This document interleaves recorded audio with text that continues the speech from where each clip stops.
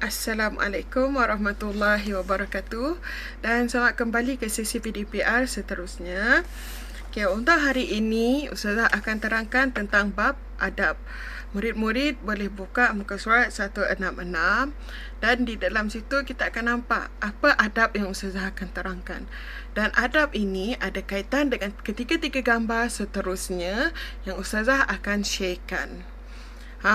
Adab ini dia melibatkan wang, dia melibatkan orang, dia melibatkan akad. Dia boleh kita buat secara langsung dan kita boleh buat secara online. Sebab sekarang zaman sudah moden. Jadi semuanya boleh dilakukan dengan adab ini. Adab apa yang Ustazah maksudkan adalah adab berjual beli. Okey, adab jual beli ini Ustazah akan fokuskan kepada murid-murid dan murid-murid akan dapat memahami pengertian adab, menjelaskan dalil adab dan menjelaskan hukum adab jual beli ini secara langsung dan tidak langsung. Okey, apa yang Ustazah jelaskan di sini adalah di dalam buku teks, murid-murid boleh nampak juga sama di dalam slide yang Ustazah sharekan. Pengertian jual beli. Apa maksud jual beli? Iaitu jual beli ialah akad pemilikan harta yang memberi kesan pemberian pemilikan secara kekal terhadap objek harta atau manfaatnya. Contohnya, Ustazah bagi contoh iaitu Ustazah menjual pen. Okay, pen ini nilainya, harganya RM1. Ustazah jual kepada Abu dan Ustazah bagi tahu Abu Ustazah jual dengan harga RM1 dan Abu memberitahu, okey Ustazah, saya beli dengan harga RM1. Maka di situ penjualan pen ini daripada Ustazah punya pen menjadi Abu punya pen. Itulah yang dimaksudkan sebagai memberi kesan kepada pemilikannya secara kekal. Okey. Dekat mana kita boleh tahu iaitu jual beli ni boleh diguna pakai? Di dalam dalil nakli iaitu surah Al-Baqarah ayat 275 yang mana Allah berfirman, Bismillahirrahmanirrahim, wa ahalallahul bai'a wa harrama riba, yang bermaksud padahal Allah Subhanahu wa taala telah menghalalkan jual beli dan mengharamkan riba. Allah benarkan jual beli dan diharamkan riba. Riba iaitu menipu di dalam jual beli. Makanya kita boleh membuat jual beli. Apa hukum jual beli? Adakah jual beli boleh jadi haram? Adakah jual beli wajib? Okay, di sini Ustazah bagi tahu, jual beli adalah harus selagi memenuhi syarat jual beli yang ditetapkan serta tidak melibatkan perkara yang diharamkan di dalam Islam. Dia jadi harus selagi kita tak jual sesuatu yang dilarang di dalam Islam. Contoh yang dilarang di dalam Islam, dadah, arak, barang yang dicuri. Dah curi barang tu, awak jual dekat orang. Tu mencuri satu kesalahan. Islam tak benarkan kita mencuri. Selepas itu, kita jual pula dekat orang. Islam tak benarkan menjual sesuatu yang haram. Dekat sini, hukum jual beli yang sebenarnya adalah harus selagi tidak melanggar syarak.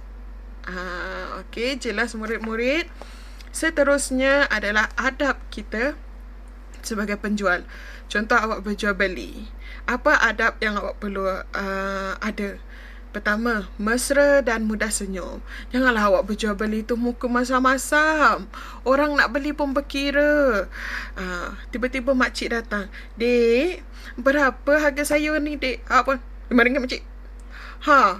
Makcik tu pun cabut lari. Nanti lama-lama tak silap tak ada pelanggan. Kan? Jadi kita kena senyum. Tak berat senyum. Ingat, senyum adalah sedekah. Sambil berjual, sambil bersedekah. Awak tak bagi duit dekat makcik tu, tapi awak bagi senyuman. Okey. Seterusnya adalah jujur, berterus terang serta tidak menipu dalam timbangan dan sukatan. Yang ni, contoh awak beli buah apple. 3 biji apple berat 100 gram. Tetapi sebab awak nak untung lebih, awak tukar sukatan timbangan awak ataupun awak letak sesuatu yang berat yang mana customer awak tak nampak. Awak letak dekat situ 3 biji apple tiba-tiba jadi 200 gram. Kan itu menipu. Jadi kita sebagai penjual kita mestilah jujur. Ketiga, jual barang yang halal dan berkualiti serta tidak menjual barang yang haram seperti arak dan dadah. Yang macam Ustaz cakap tadilah, atau sesuatu yang mengandungi unsur daripada khinzir. Okey, keempat, mengucapkan terima kasih setelah selesai urusan jual beli. Ucap terima kasih. Berat sangat, thank you. Kalau awak rajin, awak cakaplah terima kasih makcik, terima kasih kakak, thank you kakak, thank you makcik. Kan? Okay, seterusnya yang kelima adalah sabar dan bertolak ansur dengan pelanggan. Ni pelanggan cakap saya nak RM1, saya ada RM1. Tak boleh. Mesti juga RM3. Tolonglah bertolak ansur. Kena sabar. Kadang ada pelanggan ni, dia tengok-tengok tapi dia tak beli. Kan? Sebagai penjual, kita kena bersabar. Tidak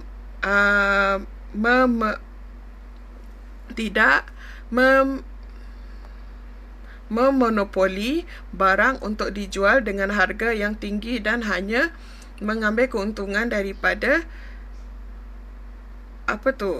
sepatutnya.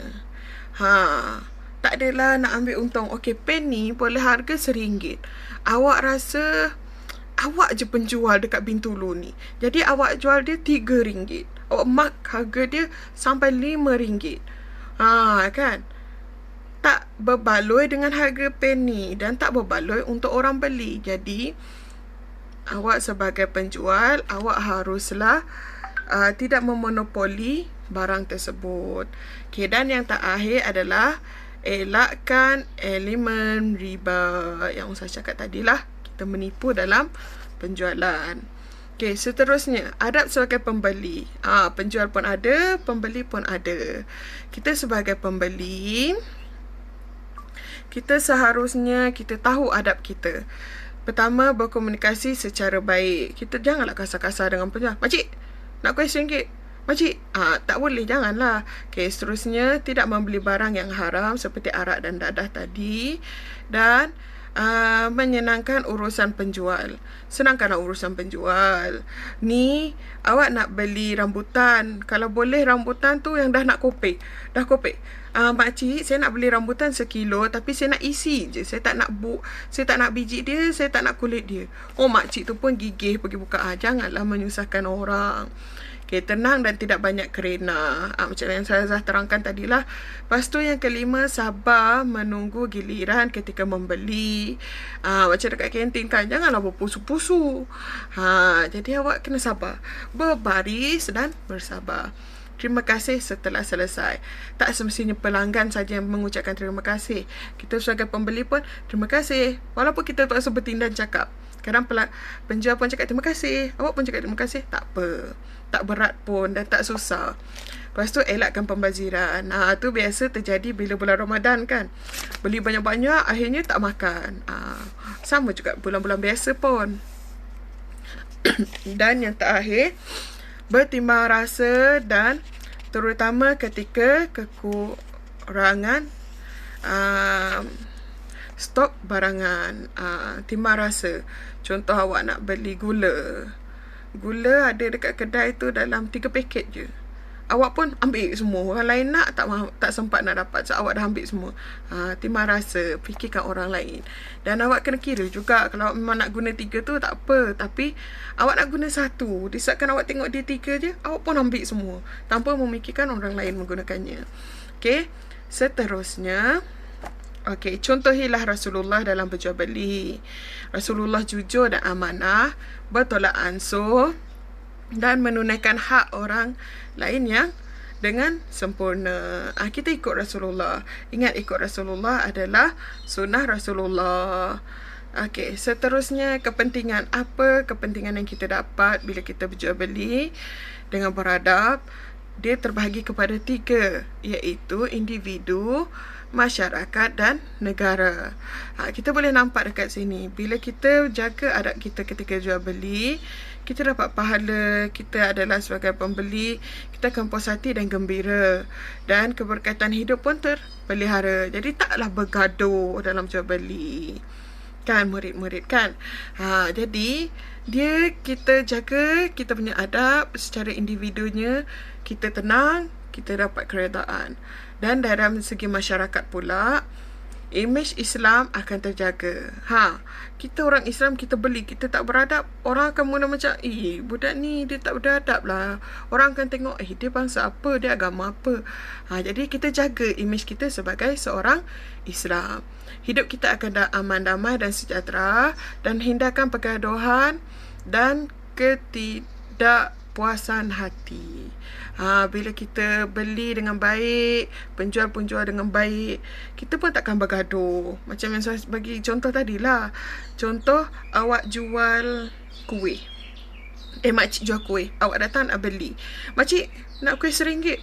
Lepas tu makcik tu pun simpan slow-slow. Yelah makcik kan. Awak pun, cepatlah sikit orang tua.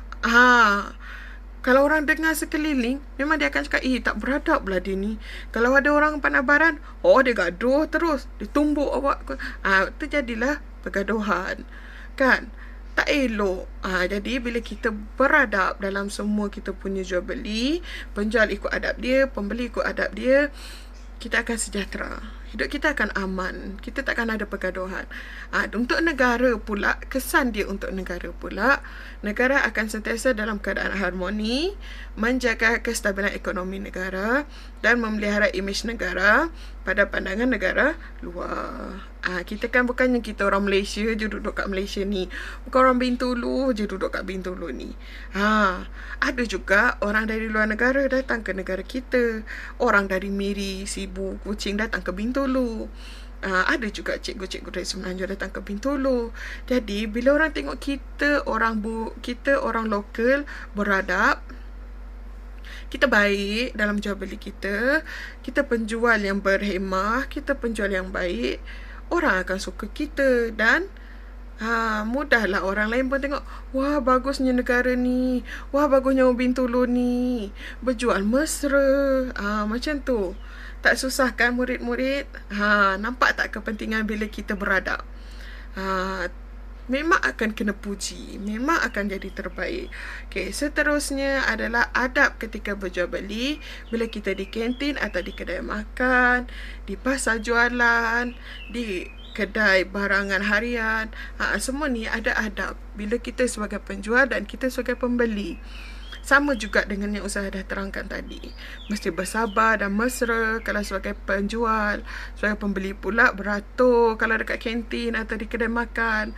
Dekat kantin janganlah berpusu-pusu, janganlah berebut-rebut sampai tarik-tarik tudung kawan, rambut-rambut kawan. Kan. Lepas tu last nanti pakcik kantin tu pun tak tahu nak jual apa. Tengok awak bergaduh pula dekat situ. Kan? Seterusnya di pasar jualan. Sama juga, sebagai penjual kenalah jujur dan tak ambil keuntungan keterlaluan. Dan pembeli juga, awak bagilah laluan supaya selesa untuk pembeli yang lain. Lepas tu cari dan memilih barangan yang baik dan halal sahaja. Awak pun tahu awak tak boleh makan khinzir, tak payahlah datang kat situ. Kalau nampak orang jual arak, tak payahlah datang kat situ. Awak cari benda yang halal. Jangan sentuh. Biasanya kalau supermarket, dia akan letak nan halal, nan halal. Halal, dia takkan campur. Dan bila kita di kedai barang harian pun sama. Jagalah adab kita sebagai penjual. Tak memonopoli dengan harga yang melampau. Lepas tu, kita sebagai pembeli pun, kita kenalah tidak merosak barang yang dipamerkan. Kan, orang dah letak dekat situ cantik-cantik. Contoh macam kedai baju, dia letak dekat mannequin tu cantik-cantik, tiba-tiba pergi tarik benda tu jatuh ke dokang. Kan, Janganlah kacau selagi benda tu tak ganggu awak. Okey. Murid-murid jelaskan tentang jual beli yang Ustazah terangkan kan. Ke ada yang tak faham, awak bolehlah komen kat bawah. Awak bolehlah bagi tahu Ustazah bila awak tak faham. Okey, seterusnya murid-murid, setelah Ustazah terangkan, fokus ke dalam buku teks awak dan baca elok-elok. Dan juga usahakan selitkan juga latihan di dalam word world. Saya letakkan di dalam bahagian description lah untuk awak tonton sekali dan jawab. Tulis nama awak dengan betul dan komen nama awak untuk kehadiran awak. Okey? Terima kasih. Assalamualaikum warahmatullahi wabarakatuh.